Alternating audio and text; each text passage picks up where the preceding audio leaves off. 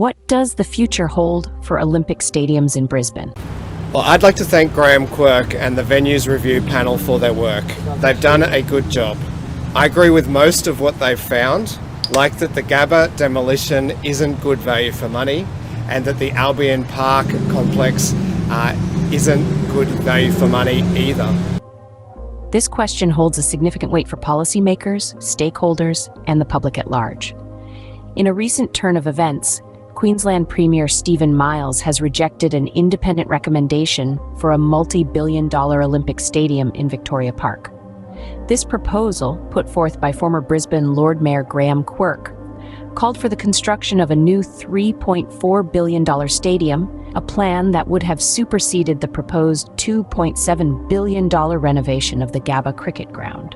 However, Premier Miles has instead endorsed a cheaper plan proposed by Olympics boss John Coates.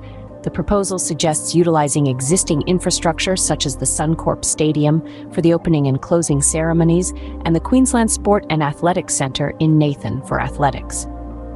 A key argument against the Victoria Park Stadium plan was cost. With Queenslanders grappling with other costs, Premier Miles found it difficult to justify the spending of $3.4 billion on a new stadium. Additionally, the government does not believe it would be feasible to build the stadium within the existing agreed funding, arguing that the project would violate the new norm rules imposed on the Brisbane 2032 Games. The proposed plan instead focuses on investigating upgrades to the Queensland Sport and Athletics Centre and Suncorp. However, this plan has its critics. Lord Mayor Quirk criticized the site for being poorly served by public transport and considered the idea not value for money. The proposal to rebuild the existing 14,000 capacity grandstand to the required 40,000 seats would cost around $1.6 billion, with very little legacy. The site's difficult terrain and the additional cost of refurbishing the tired Gabba were also cited as negatives. In contrast, the Victoria Park Stadium was proposed as a complete replacement. The Gabba's location, constrained on all sides by major inner-city roads, was seen as a crucial flaw, and the stadium was also criticized for its lack of disability compliance. However, Premier Miles confirmed more than $500 million of existing funding would go towards upgrading the Gabba, despite the venue not being fully accessible for those with disabilities.